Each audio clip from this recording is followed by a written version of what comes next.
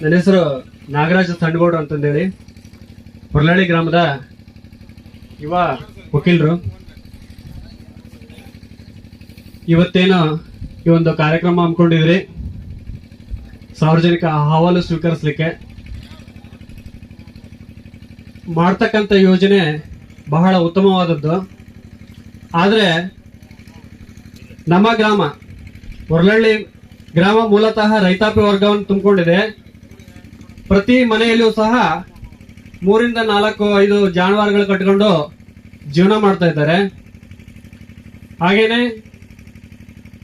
ಏನು ಆಯ್ಕೆ ಮಾಡಿಕೊಂಡಿರ್ತಕ್ಕಂಥ ಪ್ರದೇಶ ಏನಿದೆ, ಈ ಪ್ರದೇಶಕ್ಕೆ ಹೊಂದಿಕೊಂಡಿರ್ತಕ್ಕಂಥ ಪ್ರದೇಶಗಳಲ್ಲಿ ಅಂದ್ರೆ ಪಕ್ಕದ ಜಮೀನುಗಳಲ್ಲಿ ನಮ್ಮ ಗ್ರಾಮಕ್ಕೆ ಬರ್ತಕ್ಕಂಥ ನೀರು ಕೂಡ ಸರಬರಾಜು ಆಗ್ತಾ ಇದೆ.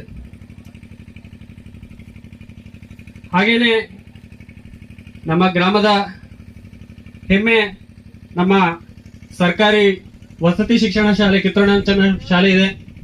ಅದು ಕೂಡ ಈ ಪ್ರದೇಶದ ಪಕ್ಕದಲ್ಲೇ ಇರೋದ್ರಿಂದ ಒಂದು ವೇಳೆ ತ್ಯಾಜ್ಯ ವಿಲೇವಾರಿ ಘಟಕ ಸ್ಥಾಪನೆ ಆಯಿತು ಅಂದ್ರೆ ನಮಗೆ ತ್ಯಾಜ್ಯನ ಡಂಪ್ ಮಾಡೋದ್ರಿಂದ ಅದರಲ್ಲಿರ್ತಕ್ಕಂಥ ವಿಷಕಾರಿ ವಸ್ತುಗಳು ನಮ್ಮ ಭೂಮಿಯಲ್ಲಿ ಇಂಗ್ತವೆ. ಆ ವಿಷಕಾರಿ ವಸ್ತುಗಳು ಭೂಮಿಯಲ್ಲಿ ಇಂಗೋದ್ರಿಂದ ಸಹ ನಾವು ಪ್ರತಿದಿನ ಕುಡಿತಕ್ಕಂಥ ನೀರು, ನಮ್ಮ ಮನೆಗೆ ಫಿಲ್ಟರ್ ನೀರು ಬರೋದಿಲ್ರಿ, ನಾವು ಕೂಡ ಬೋರ್ವೆಲ್ ನೀರೇ ಕುಡಿತಾ ಇರೋದ್ರಿಂದ ಆ ಬೋರ್ವೆಲ್ ನೀರುಗಳಲ್ಲಿ ಸಹ ವಿಷಕಾರಿ ಅಂಶ ಬರ್ತದೆ. ಹಾಗಾಗಿ ಆ ಅಂಶವನ್ನ ಮಾನ್ಯರ ಗಮನಿಸಬೇಕು. ಹಾಗೇನೆ ಮತ್ತೊಂದಕ್ಕಾಗಿ ಅದು ಕೂಡ ಇದೇ ಪಕ್ಕದ ಸರ್ವೆ ನಂಬರ್ ನಲ್ಲಿ ಬೋರ್ವೆಲ್ ಇದೆ. ಆ ಮಕ್ಕಳಿಗೆ ಕೂಡ ಅದರಿಂದ ಚರ್ಮ ರೋಗಗಳ ಸಮಸ್ಯೆಗಳು ಬರ್ತಕ್ಕಂಥ ಸಾಧ್ಯತೆಗಳಿದಾವೆ.